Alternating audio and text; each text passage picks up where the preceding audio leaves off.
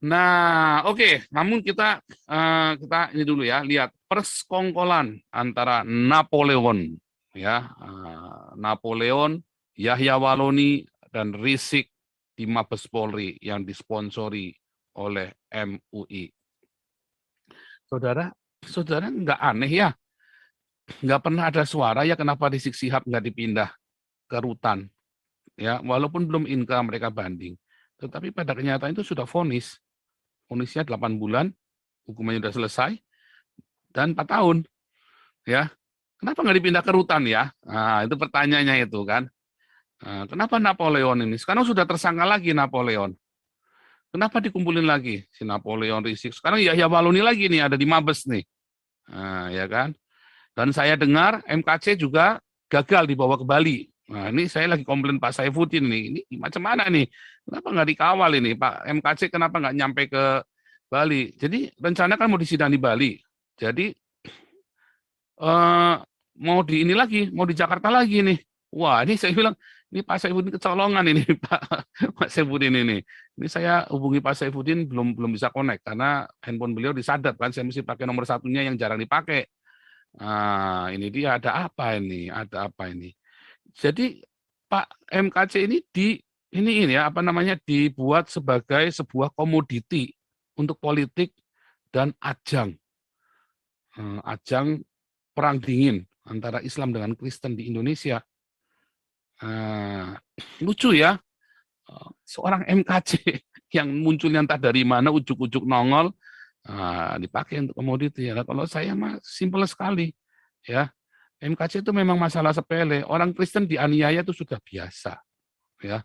Orang Kristen dibunuh itu sudah biasa, udah biasa. Lalu orang Islamnya sekarang playing victim. Ustadz-ustadznya ditembakin sendiri sama mereka kan, dikerjain ditusuk sendiri, ditembakin sendiri. Ya, untung nggak ada yang bilang itu. Terus yang nusuk apa? Yang lucu semua polanya sama. Yang nusuk ustadz, yang mukul ustadz, yang nembakin ustadz, itu semua sakit jiwa semua. Polanya sama tuh. Aneh. Terus orang Kristen kepentingannya apa coba dengan orang ustadz ini? Terus mau digiring tuh arahnya ke sana tuh, playing victim. Wah, orang Islam itu pokoknya playing victim.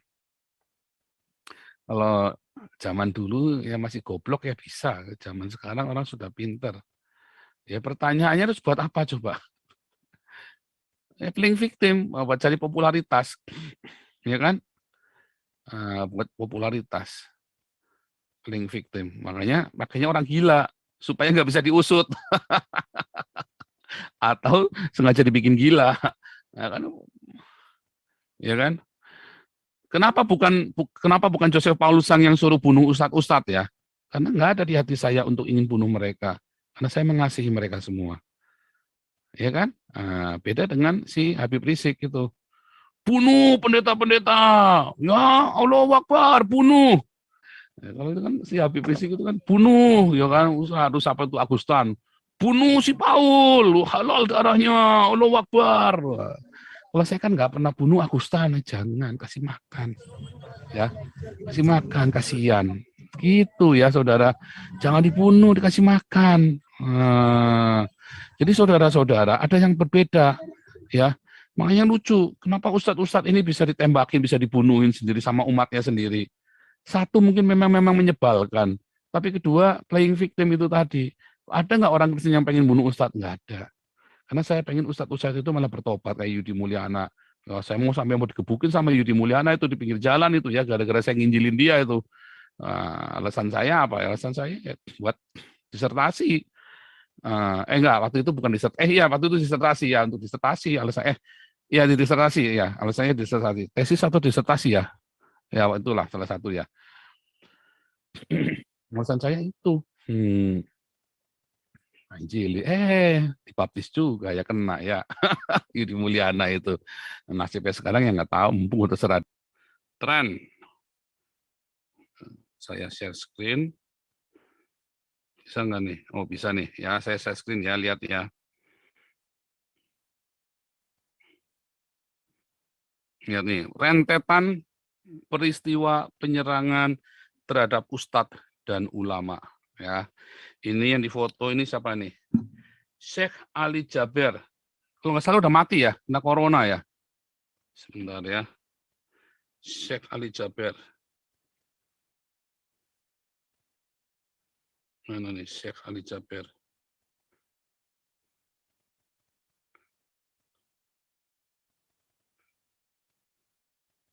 Kalau nggak salah kena corona ya Syekh Ali Jaber ini ya. Coba saya cek dulu. Aduh, kok malah ini stuck. Sebentar. Bentar malah handphonenya hang. Handphonenya hang ini. Wah, ini. Ini kalau orang Islam bilang ini pasti dianu nih, serobot ini enggak ya. Selek Ali Jaber ini meninggal nggak nih? Oh iya meninggal benar ya, 14 Januari ya. Meninggal ini. Syekh Ali Jaber meninggal karena corona kalau nggak salah ini. Syekh Ali Jaber itu meninggal akhirnya ya. Jadi ditusuk akhirnya mati juga. Makanya jangan playing victim lo. Pura-pura kualat lo mati beneran lo. Ya bener kena corona itu ya, kena corona.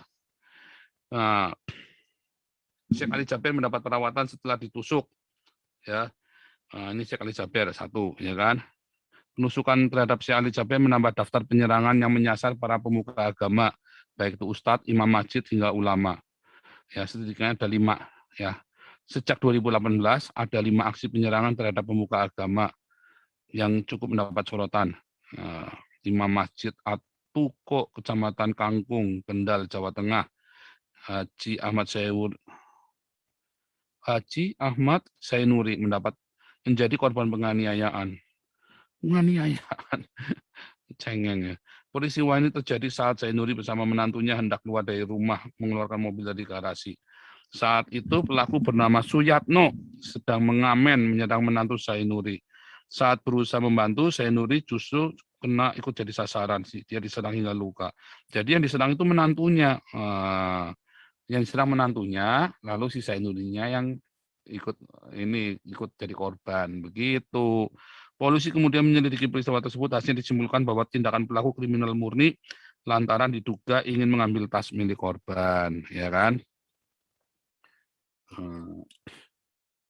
Kenapa? Nah, pertanyaannya kenapa? Karena dia nggak mau sedekah, sehingga ya umatnya pun jengkel.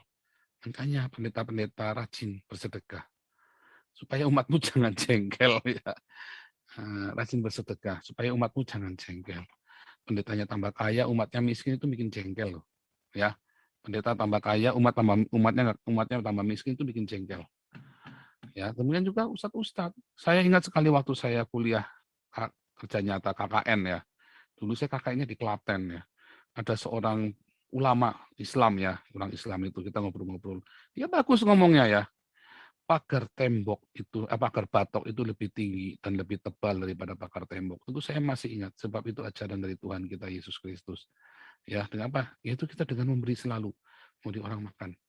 Banyak orang-orang yang dikasih makan itu ya, orang-orang yang dikasih makan. Saya selalu dari zaman orang tua saya sampai saya. Kita lagi miskin pun kita masih bisa berbagi sama orang lain ya. Itu kebiasaan. Sampai saya kuliah, sampai saya hari ini pun kita terbiasa berbagi dengan orang lain. Ya, waktu saya di Palembang, saya pernah di Palembang dulu ya, jadi kepala cabang di sebuah perkebunan besar. Kantor saya itu didatengin preman. Nah, saya kan semua orang kan tak terima aja. Saya kan orangnya nggak suka intrik ya, jadi terima masuk aja. Tiba-tiba orang ini angkat parang, mau nyerang saya. Nah, di sebelah saya ini ada security kita. Security-nya bekas preman juga. Saya baik sekali sama security ini ya. Nah, jadi kalau security, kalau saya punya beli makanan, ingat, wah, tak belikan buat security ini. Nah, security ini contohnya orang dulu itu bekas residivis ya. Bekas residivis, residivis bukan bekas ya namanya ya. Seorang residivis, tapi security ini merasa ditolong lah gara-gara saya kasih gaji dia. Kalau perusahaan-perusahaan lain kasihnya seenaknya dewe, saya selalu kasih minimum UMR. Semua karyawan di kantor saya tidak ada yang di bawah UMR. Saya selalu bilang sama atasan saya, jangan pernah gaji melawan pemerintah, supaya kalau ada apa-apa kita tarung, kita fight. Karena anak buah saya 500 ya waktu itu ya. 500 orang anak buah saya waktu itu di perkebunan gede ya, cukup gede.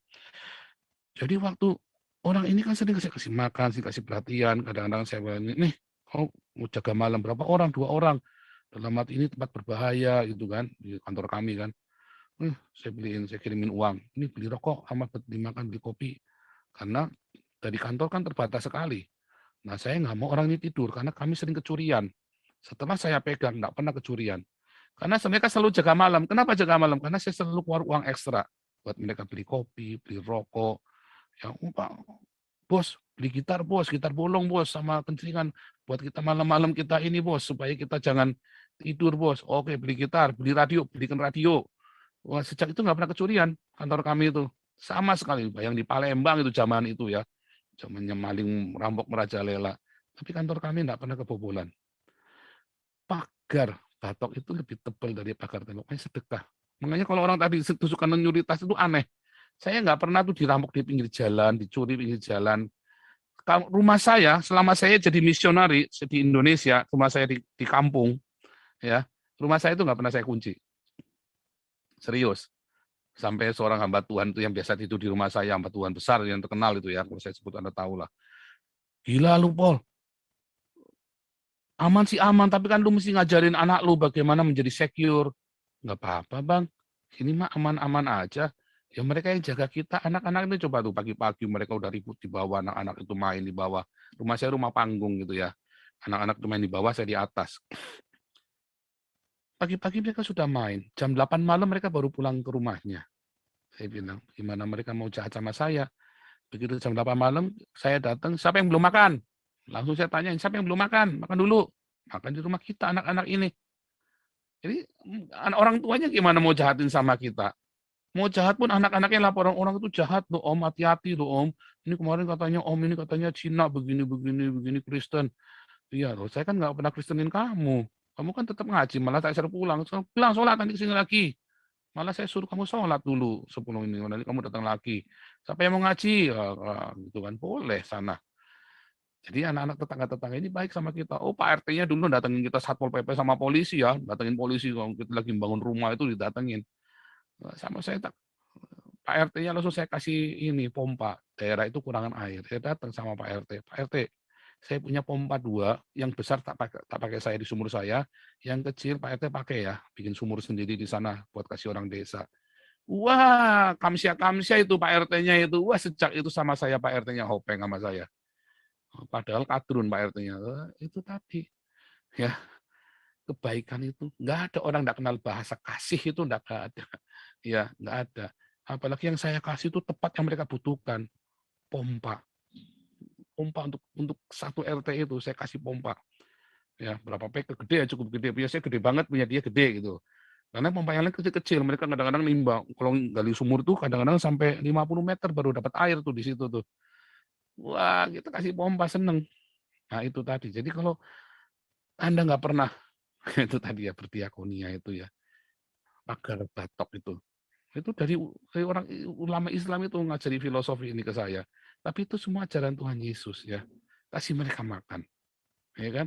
Berilah makan bila seterumu lapar. Dan rumah saya aman, nggak pernah diganggu. Rumah saya nggak pernah dikunci. Naruh motor, naruh apa saya semua taruh di bawah semua. Saya di rumah panggung ya, nggak pernah diganggu. Itu dari saya di Palembang ya, mobil saya itu taruh di luar, orang-orang saya jalan di Palembang sendirian zaman itu ya. Orang Tionghoa itu kalau jam 8 malam udah nggak ada yang berani jalan sendirian. Saya mah sampai jam 12 malam ada di Bom Baru. Masih nungguin kapal itu saya tuh. Tenang aja saya. Nah, tuh naik ke kapal, saya turun lagi. Tenang aja. Wah, berani lu, bukan masalah berani. Orang zaman itu bukan masalah berani karena saya kenal semua. Ya, hampir tidak ada orang yang marah sama saya di zaman itu. Kenapa? Semua orang begitu ini Pak minta kerjaan. Saya butuh karyawan banyak, 500 saja masih kurang. Ya kan? Butuh orang kerja langsung, butuh berapa kerja. Pokoknya saya suruh orang screening. Oh, ini bekas pembunuhan, Pak. Udah berapa tahun keluar? Baru keluar kemarin. Waduh, kamu tanggung jawab ya. Iya, residius buat pembunuh, bekas apa, terima semua. Pokoknya dia kerja. Dan kita kasih UMR. Wah, seneng mereka. Senang mereka, zaman itu Palembang susah sekali ya. Sekarang mah bagus ya Palembang ya, udah kayak Jakarta, udah keren Palembang itu, cantik. Dulu mah hancur-hancuran di Palembang itu. Zaman saya dulu tuh ngeri. Listriknya itu sehari nyala, sehari mati. Wah, sekarang mah Palembang bagus ya. Dulu zaman saya di Palembang sehari nyala, sehari mati. Bayangin kita punya AC juga percuma. Saya punya AC ya, jam 8 udah mati, sampai jam 2 pagi baru nyala. Ya, ini jamnya kita lagi tidur kan, jamnya lagi mau pules. Nah itu dia, pagar tembok itu, pagar batok itu lebih tebal dan lebih tinggi dari pagar tembok. Makanya gereja, ayo bermarturia, berdiakonia, supaya Anda nggak perlu khawatir lagi, pintu gerejamu nggak usah ditutup. Orang malam-malam datang ke gereja mau berdoa, pasti berdoa. Gitu ya. Masih di bulan yang sama, Ustadz Abdul Rahman ditusuk pelaku berinisial SM alias W, korban ditusuk saat menjadi imam. Ya kan? Polisi lantas melakukan pemeriksaan kejiwaan terhadap pelaku. Sebab berdasarkan keterangan warga setempat. Tadi ini yang pertama, tadi ini kedua nih. Warga pelaku kerap berperilaku aneh. April 2018, Imam Masjid Sidoarjo, Jawa Timur, Tayudin dianiaya saat sedang mengimani salat maghrib. Pada rakaat 2 rakaat, ini lagi ngantuk-ngantuknya itu 2 rakaat itu. Tiba-tiba datang pelaku yang diketahui bernama Muhammad Rudianto menerobos barisan jemaah atau saf salat. Pelaku langsung memukul bagian belakang korban dengan menggunakan benda tutul. Ya, akibat pengiran Tajudin mengalami luka memar di bagian belakang. Dari hasil penyelidikan polisi diketahui pelaku mengalami depresi atau stres sehingga bertindak agresif terhadap orang sekitarnya. Peristiwa penyerangan kembali 2020 Juli lalu Imam Masjid Al-Falah, Pekanbaru, Yazid Umar Nasution ditusuk oleh pelaku IM dengan pisau setelah memimpin salat. Wah, ini setannya rupanya ya, habis salat ini, habis jadi imam, setannya pada ngamuk mungkin kali ya. Ini kurang sakti nih ustadznya nih. Dari informasi yang dihimpun pelaku diketahui kerap berkonsultasi dengan korban. Pelaku diduga kecewa terhadap hasil konseling itu. Wah, ngeri amat. Wah, ini pendeta-pendeta hati-hati nih kalau habis konseling nih. Ya, habis konseling, Pak Pendeta saya mau kawin lagi, Pak Pendeta. Pak Pendeta bilang, oh jangan, oh jangan. Oh hati-hati nanti ditusuk loh. Oh saya mau kawin kok enggak boleh. Oh jangan, oh ditusuk nanti itu hati-hati. Ya, ini soal ini imam masjid mungkin beda kali di gereja sama di masjid ya. Ya mudah-mudahan berbeda. Peristiwa itu polisi menetapkan IM sebagai tersangka dan melakukan penahanan terhadap yang bersangkutan. 11 September, wah banyak lagi tuh ya. Seorang imam masjid bernama Muhammad Arif dibacok. Ini yang keberapa tadi? Kelima ini.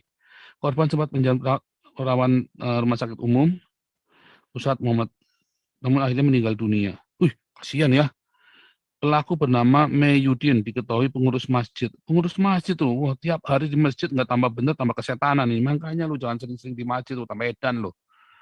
Motif pelaku nekat melakukan aksinya diduga lantaran tersinggung saat korban meminta untuk menyerahkan kunci kotak amal masjid. Waduh, ini dia singgung. Waduh, ini sebentar ini. Ini Pak Jimisu, nanti kalau saya tanyain nomor rekening, ntar marah lagi nih. Pak Pendeta Jimisu jangan marah kalau saya minta nomor rekening yayasan lo ya. Rajar Syekh Ali Jaber menjadi korban penusukan. Sadang itu berapa tuh ya? Banyak tuh ya. Aduh, nggak tahu berapa dah.